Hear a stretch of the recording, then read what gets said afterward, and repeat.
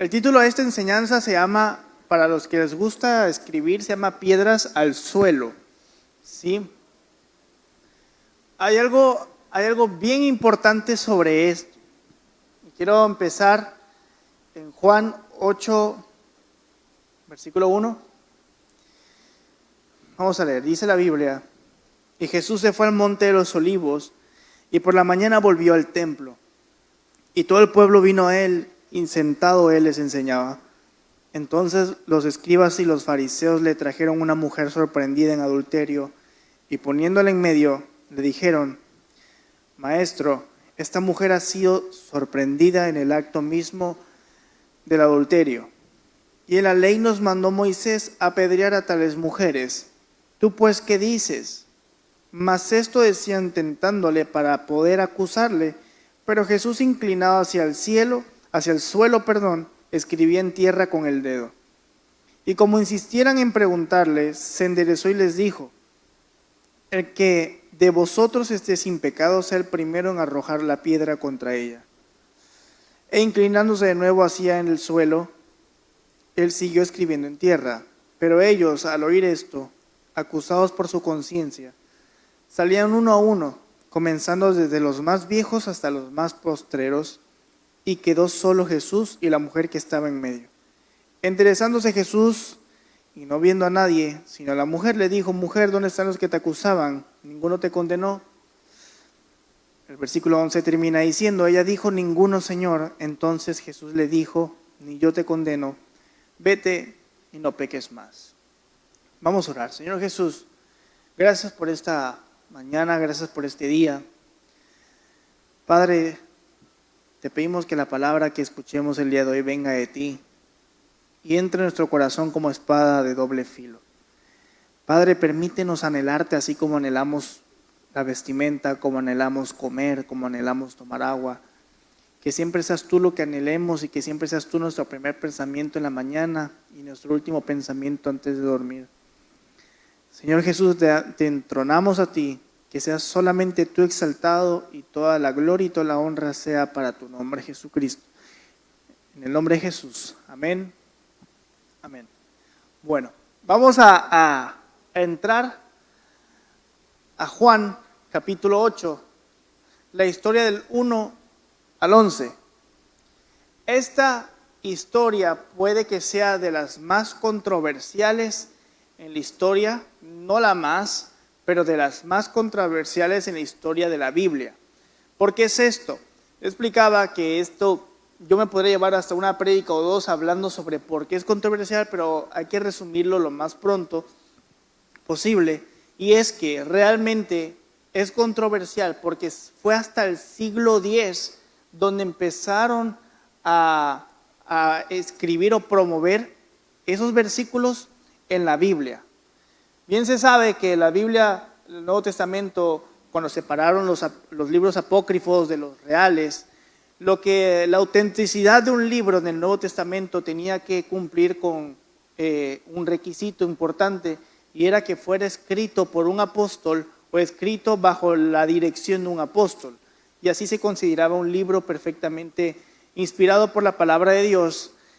Y cuando Juan escribió esto, pues Juan era un apóstol, claro que era considerado, pero esos versículos del 1 al 11 fueron puestos en corcheas mucho tiempo, entre paréntesis mucho tiempo, porque los escribas y los fariseos tenían miedo a que, según se diera el mensaje de que podíamos ser adúlteros. Entonces fue hasta el siglo X y hace años, ¿verdad?, que empezaron a usarlo de la manera pues correcta. Le quitaron los paréntesis, porque lo ponían como en paréntesis o corcheas para decir que era como que un anexo a la Biblia, pero no era un anexo, sino que realmente eso está en la palabra de Dios. Así que pues todo lo que está en la palabra de Dios es inspirado por Dios, o fue inspirado por Dios y por el Espíritu Santo, y por lo tanto es vida eterna hoy en día. Entonces por eso es muy controversial y también muchas veces mal interpretada, ¿sí? Yo les leí ahorita Juan, pero nos vamos a estacionar ahí nada más, ¿sí? Y lo vamos a ir desglosando y vamos a ir aprendiendo el contexto de esta historia, que es algo que me gusta y me apasiona muchísimo. Es una historia tan bonita y tan preciosa. Algunos de ustedes ya la habían escuchado. Si es así, levanta tu mano. Si no, pues levanta tu mano si habías escuchado esta historia. Hoy vamos a comprenderlo un poco más, ¿sí? Para comprender el versículo número 1 de Jesús se fue al Monte de los Olivos, tenemos que ir a Juan 7. Juan 7, 45. Yo lo voy a buscar. No todos los versículos que voy a dar van a estar aquí en pantalla, solamente estos. Así que yo les pido que saquen su Biblia o saca tu teléfono, abre la aplicación de la Biblia y ahí vamos a ir leyendo. Dice Juan 7, versículo 45. El subtema se llama, o subtítulo, Nunca ha hablado hombre así. Dice aquí, los alguaciles vinieron a los principales sacerdotes y los fariseos, y estos le dijeron, ¿por qué no le habéis traído? O sea, ellos mandaron a los alguaciles, pues, a arrestar a Jesús. Los alguaciles respondieron, jamás hombre alguno ha hablado como este hombre. O sea, lo mandaron a arrestar y ellos mismos se sorprendieron de la sabiduría de Jesús. Dice el 47, entonces los fariseos le respondieron, ¿también vosotros habéis sido engañados? ¿Acaso ha creído en él alguno de los gobernantes o de los fariseos? O sea, que si ellos no creían, pues no era real. Mas esta gente que no sabe la ley, maldita es. Nicodemo fue un fariseo, quiero que sepan, que estaba a favor de Jesús, pero como que sí, no, estoy contigo, pero si me voy contigo me van a matar. Entonces estaba en la espalda y la pared. Entonces Nicodemo les dijo, el que vino a él de noche, el cual era uno de ellos, ¿juzga acaso nuestra ley a un hombre si primero no le oye y sabe lo que ha hecho? Respondieron y le dijeron, ¿eres tú también Galileo? Escudriña y ve que Galilea nunca se levantó un profeta. O sea que ellos mismos estaban ahí contra Jesús. Entonces eso fue una noche antes en Samaria. Yo quiero que comprendamos algo con todos estos contextos. Todas las preguntas que nosotros vemos en la Biblia que le hicieron a Jesús, el 90% fueron para probarlo, no para aprender. De hecho, si nosotros leemos bien la historia de los evangelios de la vida de Jesús, Jesús vivía problema tras problema. Y hay gente que cuando conoce a Dios quiere que Dios le lleve sus problemas. Con el mismo Hijo de Dios, todo el tiempo tenía problema tras problema tras problema. El Hijo de Dios vivía de problema en problema, solucionando problemas. Eso quiere decir que nosotros también, de hecho, lo vivimos. Pero lo irónico aquí es que pensamos que por seguir a Jesús ya no van a haber problemas, cuando el mismo Jesús tenía problemas. Entonces, todas estas preguntas que vemos en la Biblia son más que nada para probar a Jesús, más que aprender de Jesús. Un ejemplo que les quiero dar está cuando le preguntan a Jesús acerca del divorcio. Le preguntan a Jesús sobre si pueden dejar a su mujer, y se lo preguntan en un momento donde antes, inclusive hasta hace unos 2 siglos, hasta un siglo mejor dicho, la humanidad fue muy machista, pues la mujer no tenía derechos, no era igual que el hombre. Y en ese tiempo se lo preguntaron porque en ese tiempo yo estaba estudiando que el hombre podía divorciarse de su mujer hasta si le apestaba la boca, aunque usted no lo crea. En serio. Y por eso, y los fariseos y ellos creían que podían divorciarse de su mujer hasta porque si ellos veían una mujer más guapa que su esposa, ellos se podían avergonzar y dejar a su esposa y irse con la mujer más guapa. Entonces eso era una aberración, porque estaba permitido en la ley. Pero Jesús dice, todo lo que una Dios no lo separa el hombre. Entonces siempre vemos que Jesús lo querían como que probar. Y de hecho esta historia más que nada es una prueba a Jesús, pero Jesús nos da una gran enseñanza profética, porque en Juan 8 del 1 al 11 vemos casi toda la esencia de lo que es la fe cristiana y de lo que es el Evangelio, el Nuevo Testamento. Entonces ellos estaban discutiendo. Todo esto que ellos hacían era probar a Jesús. Y tú dirás, Abraham, ¿pero por qué probar a Jesús? Porque igual tienen que comprender algo. ¿Cuántos testamentos tenemos nosotros? Les pregunto. 2. Cuando estaban los discípulos, cuando Pablo estaba escribiendo las cartas, cuando se estaba escribiendo el Nuevo Testamento, no habían 2 testamentos, solamente había un testamento, que era el Torá como le llaman los judíos, pero es prácticamente toda la ley, los 5 libros del Antiguo Testamento y los que vienen, ¿verdad? Hasta Melquisedec. Eso era todo, la única Biblia, pues la Biblia que ellos conocían solamente era el Antiguo Testamento. Entonces, ahorita tú y yo conocemos el Nuevo Testamento, que es la gracia, pero Jesús no podía contradecir el Nuevo Testamento ni la ley porque era contradecir la misma Biblia. Entonces ellos siempre estuvieron pendientes de la profecía y de la promesa de que venía un Salvador, un Mesías. Y a lo largo de la historia podemos ver que mucha gente se quiso levantar como un Mesías, pero eran falsos. Y cuando llega Jesús lo estaban probando y probando y probando. Muchos fariseos creyeron en Jesús, porque eso también se debe de mencionar. Y hay fariseos que simplemente no, y al final de cuentas terminaron asesinando. Pero siempre lo estaban probando por varias cosas. Entonces, entrando al contexto de ellos estaban discutiendo una noche antes, donde Jesús estuvo por ahí enseñando si él era el Mesías o si no era el Mesías. Esa era la plática y el problema constantemente. ¿Será o no será él el Mesías? Como en ese lugar nadie le ofreció posada a Jesús, inicia el versículo del capítulo 8 diciendo: y Jesús se fue al monte de los olivos. Allá se fue a acampar, imagino que acampó con sus discípulos y todo esto. Cada vez que Jesús estaba predicando, venía un fariseo a hacerle una pregunta y a interrumpirlo. E inicia la escritura. Ahora lo voy a leer de nuevo, pero vamos a irlo poco a poco, ahora sí que sacando los contextos de cada versículo. Dice aquí, el 2, y por la mañana volvió al templo, y todo el pueblo vino a él, sentado él, les enseñaba. Todo el pueblo. Jesús no tenía 5 personas nada más. Tenía a todo el pueblo, tenía multitudes, tenía miles de personas enseñándoles, ¿verdad? Y dice el 3, entonces los escribas y fariseos le trajeron a una mujer sorprendida en adulterio y poniéndola en medio le dijeron: maestro, esta mujer ha sido sorprendida en el acto mismo del adulterio. Dice el 5, y en la ley nos mandó Moisés a apedrear a tales mujeres. ¿Tú pues qué dices? Ustedes saben, de hecho aquí lo mismo la Biblia dice, esto decían tentándole para acusarle. Pero ¿cuál es el contexto de acusarlo? Porque inclusive ellos mismos estaban mal. Quiero explicarte algo. Si Jesús le decía a ellos, no la apedreen, se estaba condenando a él mismo, entre comillas.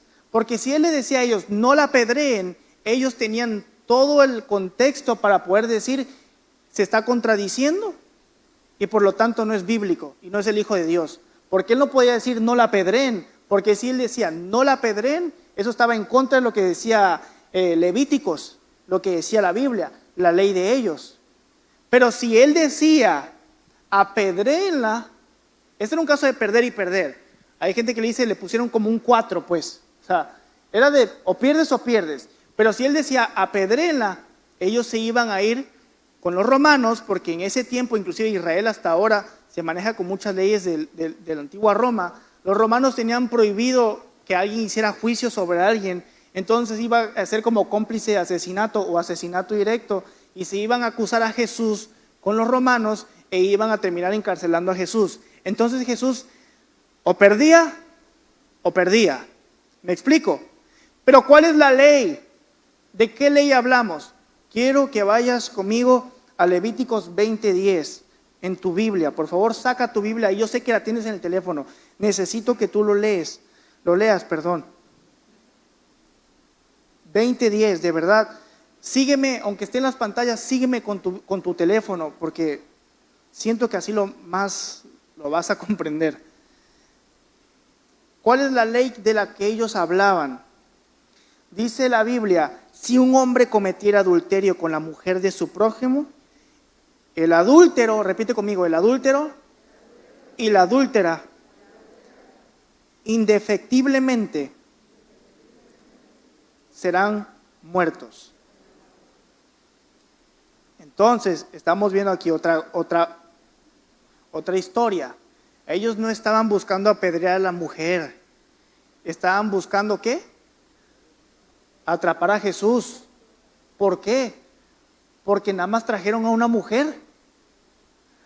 Ellos querían que Jesús les hablara de ley, pero ellos no estaban cumpliendo con la ley. Porque en la historia no vemos al hombre. ¿Dónde está el hombre? Entonces, si ellos la apedreaban, no iban a pecar porque no podían apedrear a ella. Tenían que apedrear al hombre con el que la encontraron. Porque si la encontraron cometiendo adulterio, quiere decir que la encontraron en el acto sexual y por lo tanto debe haber un hombre. O si había una mujer, debía haber habido otra mujer. Entonces aquí podemos comprender que simplemente era una trampa para Jesús y que lo estaban poniendo como que en la espalda de la pared. Ahora, imagínense la historia. Jesús está sentado. Jesús está enseñando con pasión cosas que nadie ha oído en la historia de la humanidad. Y de la nada, ¿no les ha pasado a ustedes que están enseñando algo y viene otra persona a interrumpir y cambian todo el asunto y te frustra? O estás chismeando bien chido y de repente llega alguien a hacer relajo y se pierde el hilo de lo que estabas platicando. Por ejemplo, en las mesas familiares, siempre que estamos hablando de un tema, llega alguien y mete un tema que no tiene nada que ver con lo que estamos hablando, ni de un pelo con lo que estamos hablando, y el tema se cambia completamente y te frustra. Entonces, ellos buscaban cómo frustrar a Jesús por todos lados. Él está sentado, predicando con la pasión. Imagínate la escena en el templo, rebosándose, y de repente se escucha gente alborotada y una mujer gritando con las vestiduras rasgadas, el pelo, imagino que la traían por los pelos tal vez, y la venían así arrastrando, y la gente con piedras en la mano.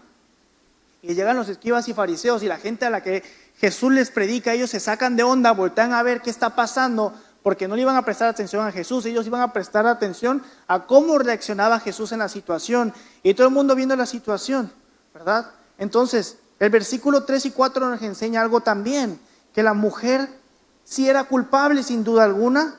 ¿Saben por qué era culpable la mujer? Porque Jesús lo confirma al terminar el versículo 11, que dice: vete y no peques más. La mujer estaba pecando. Entonces, estamos en la línea. Vamos a seguir leyendo el 5 y el 6. Dice esto: en la ley nos mandó Moisés a apedrear a tales mujeres. ¿Tú pues qué dices? Dice el 6: mas esto decían tentándole para poder acusarle, pero Jesús, inclinado al cielo, escribía en tierra con el dedo. 3 puntos de estos 2 versículos. Número 1, ellos tenían razón en cuanto a la ley de Moisés, que se deberían apedrear las personas. Número 2, Jesús sabía que al que querían apedrear era a él mismo. Y ellos estaban esperando su respuesta, porque si Jesús respondía mal, lo querían apedrear. ¿Y sabes por qué lo sabía Jesús? Porque en Juan 2, capítulo 2, versículo 25, dice que Jesús sabía todo lo que el hombre pensaba sin que ellos hablaran. Jesús sabe lo que tú necesitas sin que tú se lo digas. Entonces Jesús sabía las intenciones desde el principio, no era tonto.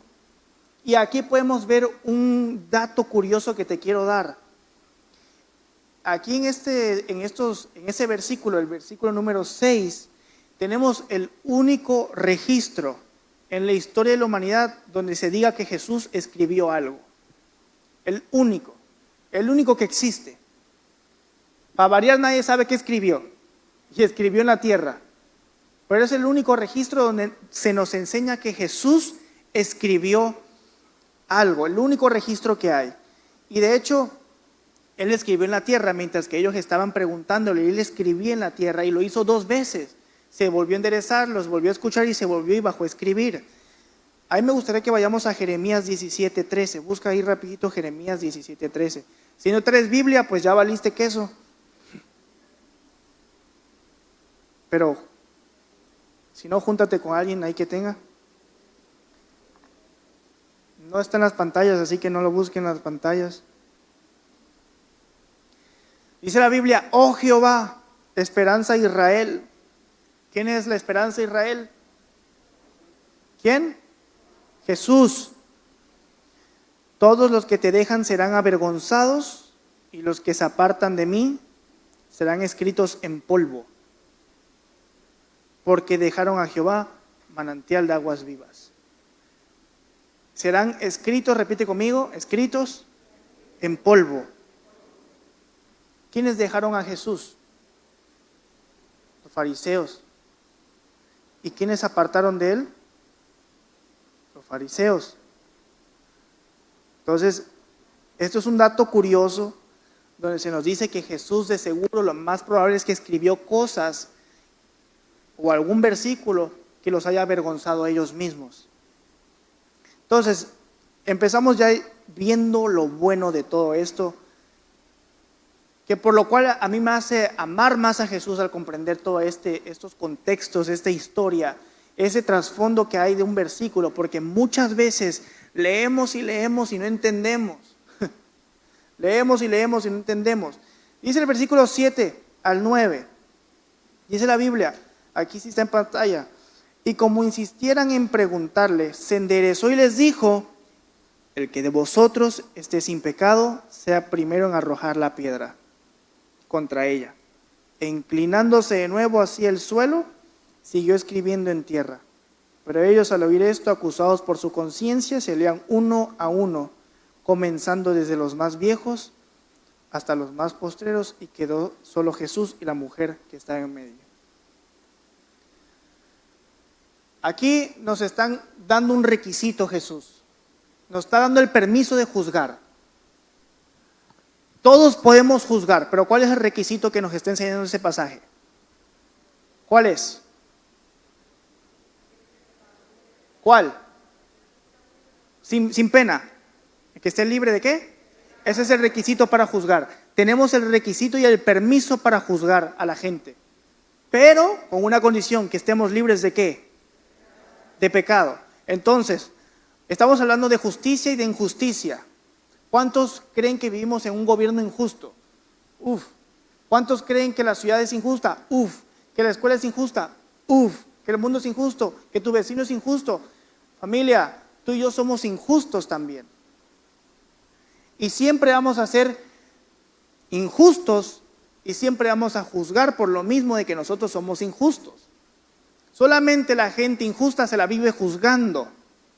Y esto nos lo enseña la Escritura. Esto es lo más importante y lo bello de la palabra de Dios. No es una charla solamente de motivacional, de que levántate de la silla y cambia. No, es que realmente nos dan un permiso de juzgar y Jesús nos los enseña. Te puedes juzgar, puedes hacerlo, pero tienes un requisito: que estés libre de pecado. Ahora, a Jesús le tendieron una trampa.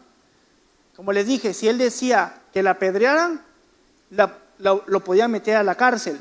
Si él decía que no la apedrearan, ellos lo podían matar a él o inclusive, sí, matarlo por falso, porque iba a contradecir la Biblia. ¿Cuál fue la respuesta de Jesús? Jesús en ningún momento dijo la Biblia está mal. Jesús en ningún momento dijo no la apedreen. Jesús lo que dijo fue: el que esté libre de pecado, que tire la primera piedra. Y nos está enseñando un requisito: puedes juzgar, pero si estás libre de pecado. Y lo segundo es aquí: ¿cuántos de ustedes han orado pidiéndole a Dios que haga su justicia en una persona? Yo he escuchado a mucha gente decir: Señor, que se haga tu justicia en este caso, que se haga tu justicia en tal persona. Señor, que toda tu ira y tu juicio le caiga encima a tal persona. Y lo he escuchado y es tan incorrecta esa oración. Y perdóname si te ofendes conmigo en esta prédica, porque como comentaba la anterior, disculpen si los desilusiono, pero es que nosotros no podemos pedirle a Dios que haga su juicio, porque si yo le pido juicio a Dios, haz de cuenta que por mi hermana también me va a caer a mí el payaso. Si yo quiero que a los demás yo les haga juicio, pues a mí me tiene que hacer juicio también, y yo no soy un santo. Entonces aquí muchos queremos llegar con Dios pidiéndole que haga juicio sobre las demás personas, pero también tiene que hacer juicio contigo, porque tal vez tú no hiciste nada hoy, pero tal vez ayer sí hiciste algo. Y si no lo hiciste ayer, lo hiciste anteayer. Entonces el juicio de Dios es directo para ti y para mí. Por eso esa oración de que Señor, haz juicio. Si tú quieres que Dios haga juicio sobre un caso, sobre una persona, déjame decirte que si Dios lo cumple, te va a hacer juicio a ti también, solamente no te quejes. Y el juicio nos va a llegar a todos nosotros cuando venga Jesús de nuevo por su pueblo. Y Jesús no está diciendo no los voy a juzgar o tenemos un Dios injusto. No, no tenemos un Dios injusto. Tenemos un Dios misericordioso porque sí nos va a juzgar, pero al final no nos está condenando. Entonces, podemos aprender esto tan bonito de la Biblia, que sí tenemos un requisito para ser jueces, y es estar exento de pecado. Punto número 2. Vamos a leer el versículo número... Aquí está. El número 9. A la cuenta de 3. 1, 2 y 3. Pero ellos...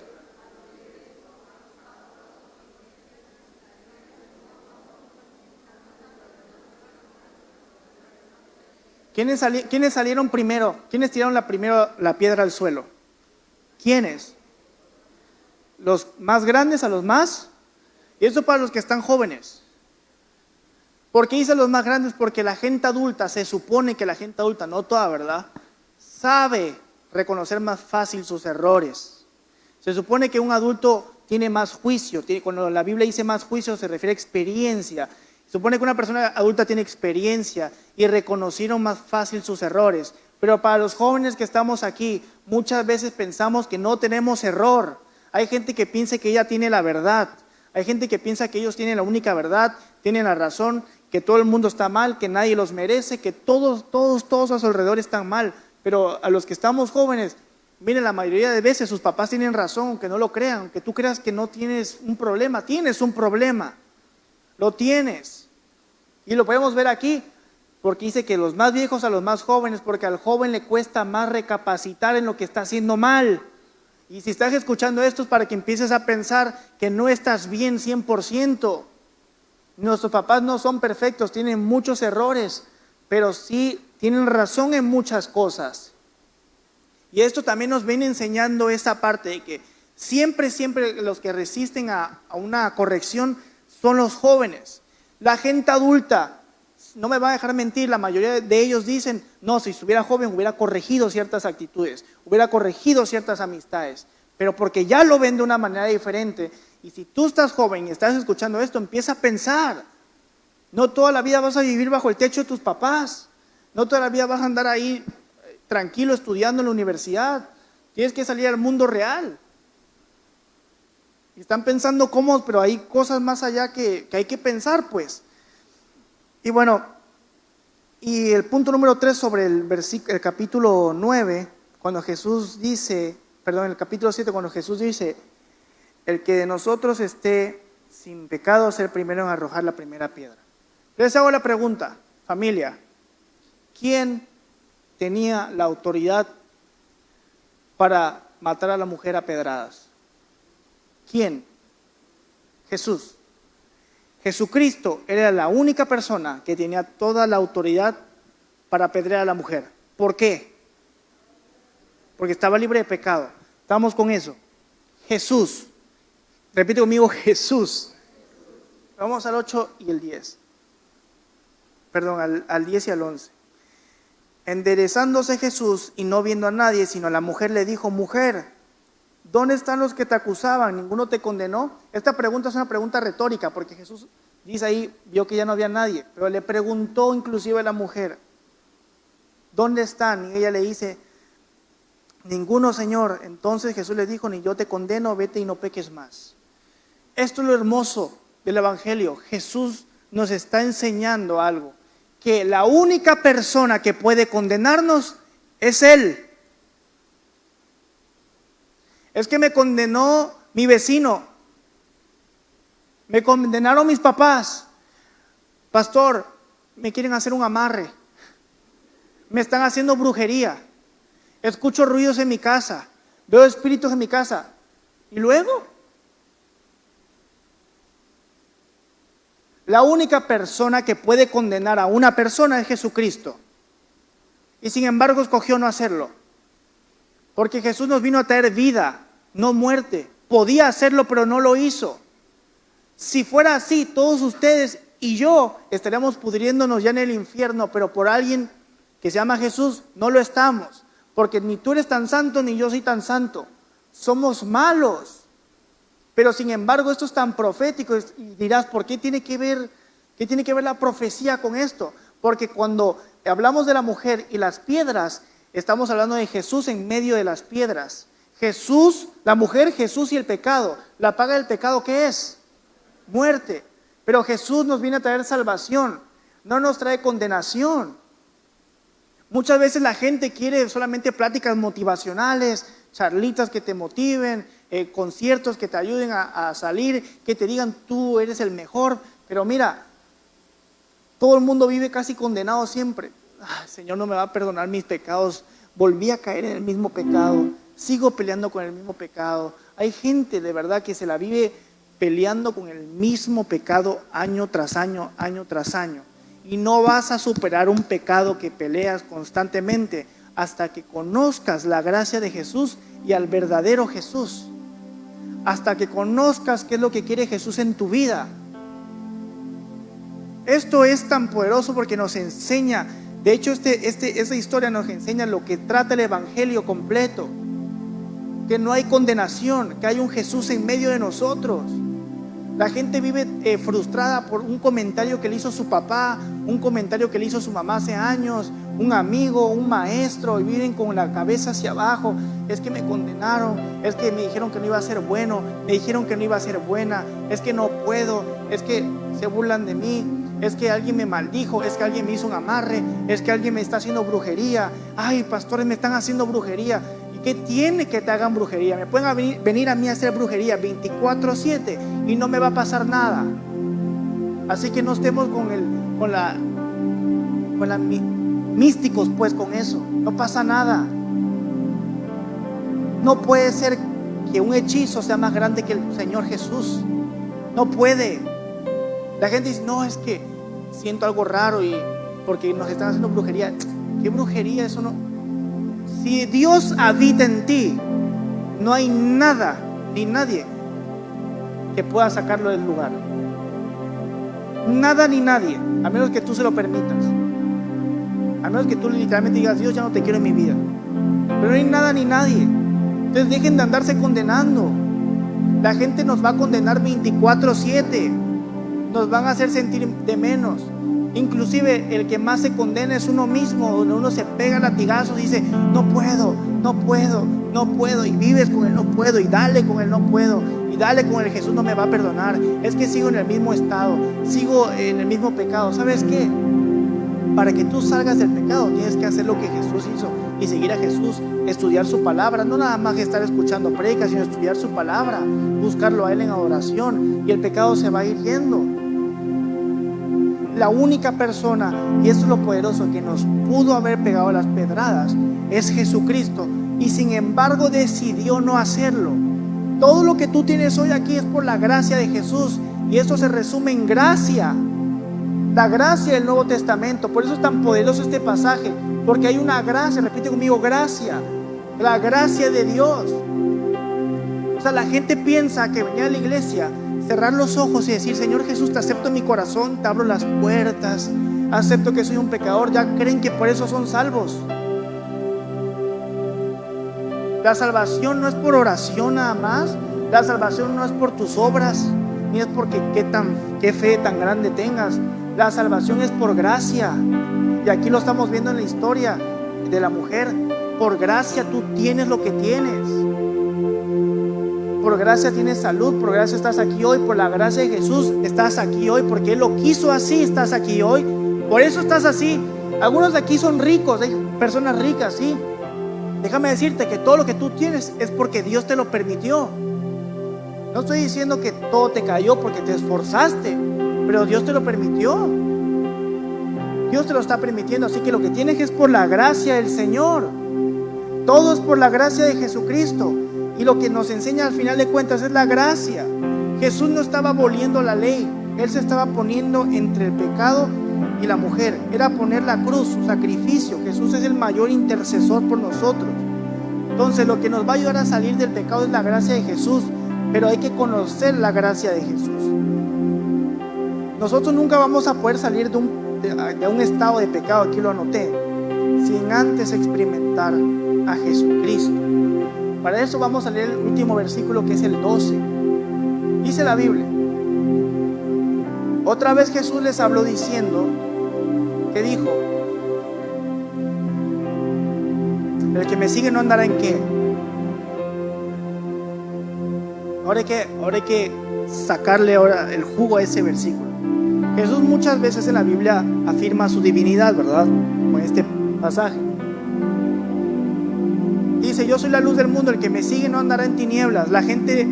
Mucha gente cristiana hace esto: le tacha o lo quiere tachar y le quiere poner aquí problemas. La gente piensa que conociendo a Jesús se te van a ir los problemas. Los problemas que están y van a seguir. Lo que nos está enseñando es que aunque yo esté en problemas, si yo estoy con Jesús, en medio de los problemas voy a caminar en luz. En medio de las situaciones voy a caminar en luz.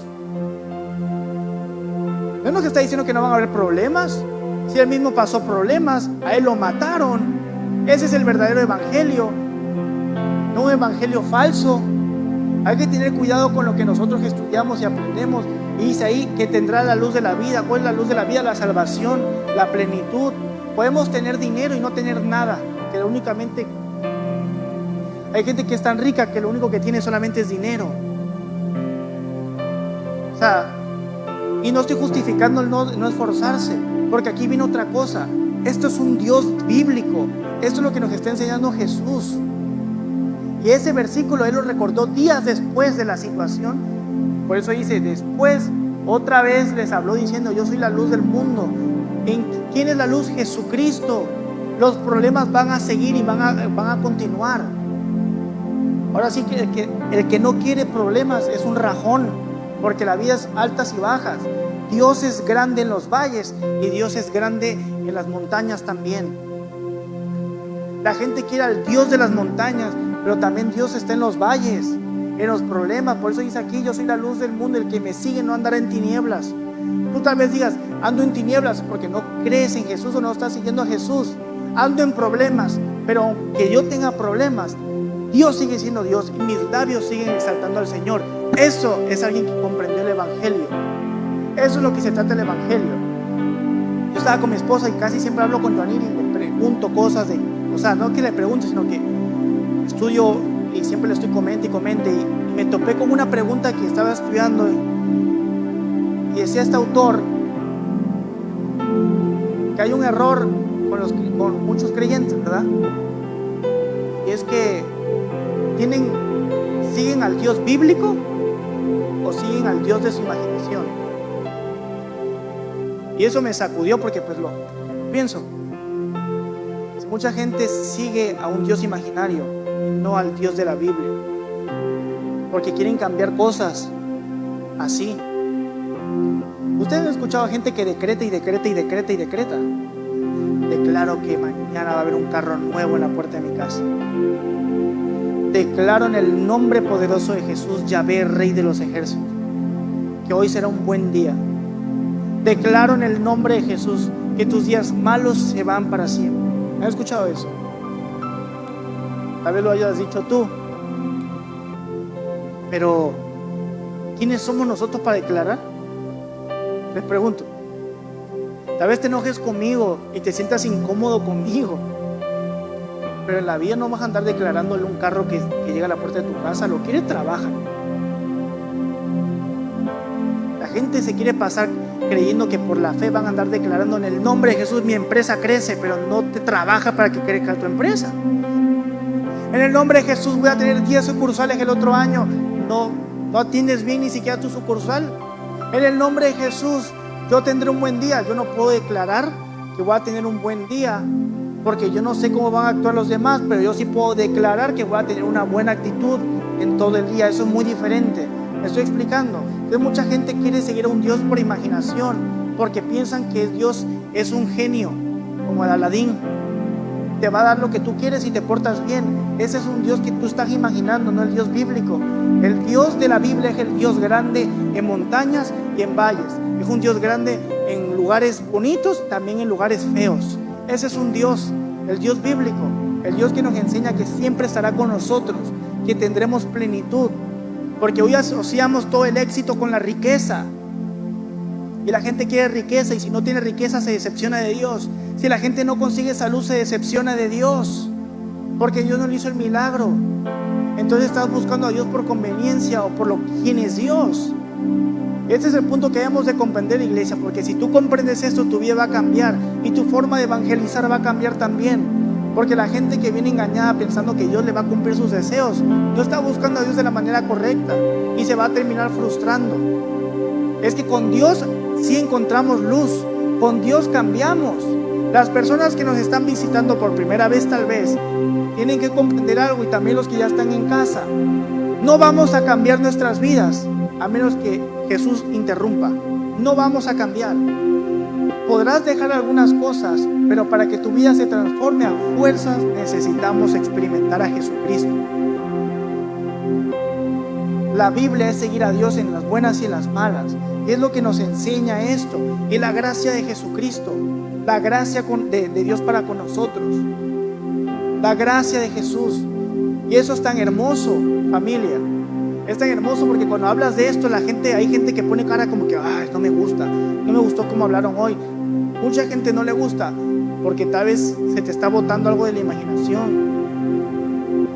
Dios es bueno, Dios es soberano, y Dios te ama y Dios quiere lo mejor para ti, pero tienes que pasar tus procesos también, y tienes que aprender que hay veces que te van a querer apedrear, que hay veces donde vas a querer tirar la toalla, pero ahí es donde está Dios, donde tú adoras a Dios. El mayor ejemplo de fe en problemas es Esteban, un joven que murió apedreado por el evangelio. Todo el mundo quiere ser como Abraham en la fe, pero nadie quiere ser como Esteban, que son capaces de morir por Jesucristo. La gente es feliz con Dios, la gente sirve a Dios en la iglesia cuando está feliz, pero cuando está triste no lo sirven, porque entonces hay una conveniencia. Hablaba con mi abuelo ayer y con Coco, porque Coco igual estaba haciendo varias preguntas y estábamos afuera hablando de cuando mi abuelo volvió a perder la mano. Estábamos hablando precisamente de todo esto, de que mucha gente sigue a Dios por conveniencia y por cosas que ni son.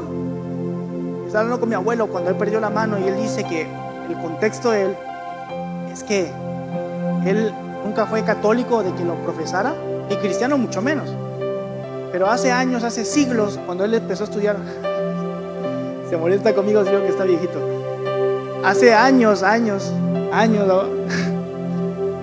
Dice que él agarró la Biblia y empezó a estudiar y le dijo a Dios: yo te voy a creer, pero demuéstrame que eres real. Años. Yo tenía 5 años cuando mi abuelo perdió la mano. Dios le demostró que era real y le quitó la mano. Piénsenlo.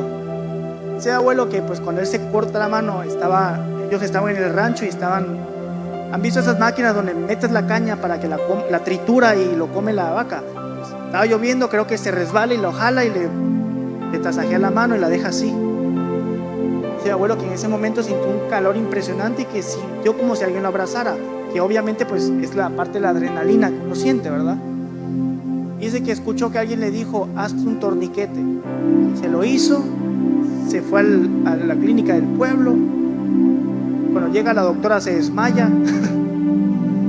Mi abuelo le dijo a la enfermera, le dijo: mira, agárrame aquí y me vas a inyectar tal, y me vas a amarrar con un tal venda.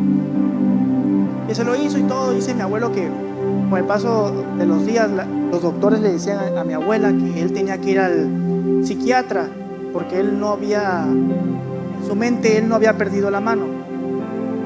Mi abuelo decía: pues claro que la perdí, yo estoy consciente. Pero mi abuelo nos estaba diciendo ayer, porque estábamos hablando precisamente esto del evangelio, que él dice que lo mejor que le pudo haber pasado a él fue haber perdido la mano, porque experimentó a Jesús. Y que mucha gente llegó, que sí me acuerdo, llegaba y le decía a él: vente, vamos a una iglesia que el pastor está ungido, te va a salir la mano. Mucha gente le andaba orando porque le saliera la mano. Le oraba a Dios y que el milagro, y mi abuelo decía: es que no quiero el milagro de la mano, no va a suceder. O sea, con todo respeto, a mi abuelo no le va a salir la mano ahorita. Pero lo que nos dijo ayer es la lección que le digo: abuelo, eso es el evangelio. Porque no es el milagro, es lo que tú tienes en Jesucristo. Dice mi abuelo: no me importa, yo prefiero no tener la mano, pero seguir sintiendo a Dios en mi vida. Y ahí fue un experimentar al Señor de verdad. La gente diciendo: vente a la iglesia, te va a salir la mano, Jorge, te va a salir la mano, te va a salir la mano. Si mi abuelo hubiera seguido a Dios porque le saliera la mano, estaría frustrado ahorita, diciendo que Dios no existe, porque no le pasó. Imagínense. Entonces aquí tenemos la historia donde mi abuelo me decía ayer: no hombre, si yo tuviera la mano, pues pude haber hecho otras cosas, pero prefiero estar como estoy y haber perdido la mano y conocer a Jesucristo. Y la misma Biblia nos enseña que a veces sí es mejor cortarse una mano, un pie, estar tuerto, por no hacer tropezar y por mejor conocer a Dios. Y ya con eso termino, iglesia, y es que debes de analizar por qué estás siguiendo tú al Señor Jesucristo, o si al Dios que tú has estado siguiendo es el de tu imaginación, o al Dios de la Biblia. Muchas personas aquí llegan, están escuchando la palabra de Dios, están en Facebook, están en WhatsApp, no hay ni siquiera un respeto a la palabra de Dios. A veces lo podemos hacer, ¿verdad? Se nos va, pero mucha gente sigue ahí, sigue. Y te das cuenta que su anhelo no es el Señor.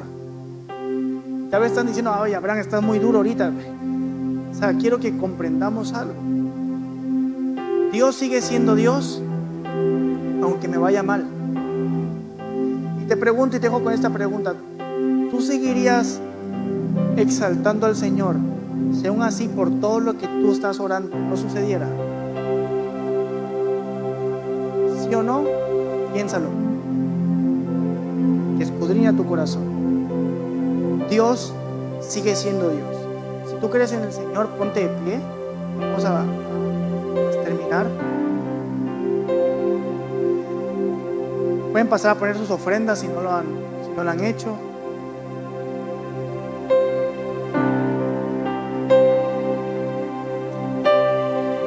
En un solo capítulo, bueno, ni siquiera es todo el capítulo, es un cuarto del capítulo, podemos aprender tantas cosas cuando estudiamos, cuando el Espíritu Santo nos guía a la interpretación de la Biblia.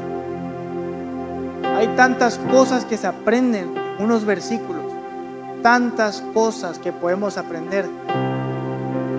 No lo hacemos porque a veces leemos al garete. Si tú eres una persona que está dispuesta a adorar al Señor, a seguir exaltando al Señor, aún así esté pasando problemas, cierra tus ojos y escudriña tu corazón ahí mismo. Y yo te pregunto, ¿adoras a Dios por quién es Él o por lo que Él te va a dar?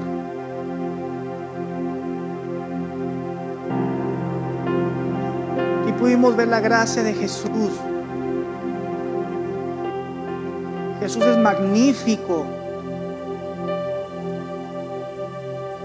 Él era el que podía apedrear a la mujer.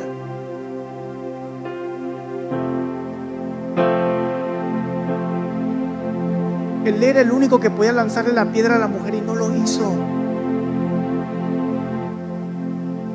Tanto tú como yo estamos llenos de pecados y errores, y sin embargo Jesús no nos condena. ¿Por qué vas a seguir condenándote tú mismo? ¿Por qué te vas a seguir culpando tú mismo o tú mismo? Ya basta de eso.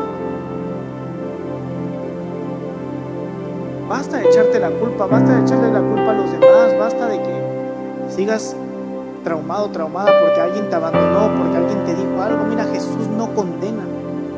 Jesús no condena y Jesús tampoco abandona. Como lo dijo Jesús en el 12: yo soy la luz del mundo, el que me sigue no andará en tinieblas, sino que tendrá luz de la vida. Aunque yo pase problemas, aunque yo esté pasando el tormento más grande de mi vida hasta ahora, ando en luz, porque Jesús es la luz, porque Jesús está en mi corazón. Jesús está aquí mismo, está ahora mismo aquí contigo. Adóralo rápido, adóralo. Tú y yo no somos nada ante Él, adóralo. Tú y yo éramos la mujer, precisamente tú y yo éramos la mujer.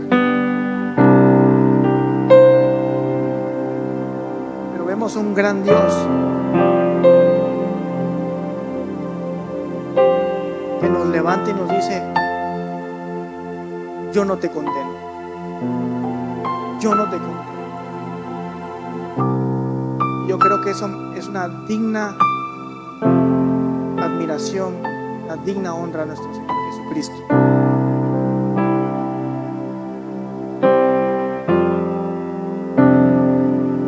Dios tiene grandes planes para cada uno de ustedes. Dios quiere lo bueno para cada uno de ustedes, pero tienen que trabajar por eso y creer en las buenas y en las malas. Señor Jesús, con esto te damos las gracias. Gracias porque eres precioso, Jesús. Gracias porque nos salvaste. Gracias, Jesús, porque hasta el día de hoy tus palabras siguen con vida. Gracias porque tu palabra está viva, Señor. Gracias por lo que has hecho en nosotros y gracias por lo que vas a hacer. Hoy te abrimos nuestro corazón y te decimos, Señor, que mis labios te exaltarán en las montañas y también te van a exaltar en los valles. Aunque yo no tenga ganas de hacerlo, mis labios te van a exaltar, Jesús. Gracias por el sacrificio en la cruz. Gracias por lo que hiciste por mí. Y gracias porque aún pudiendo condenarme, decidiste no hacerlo. En el nombre de Jesús.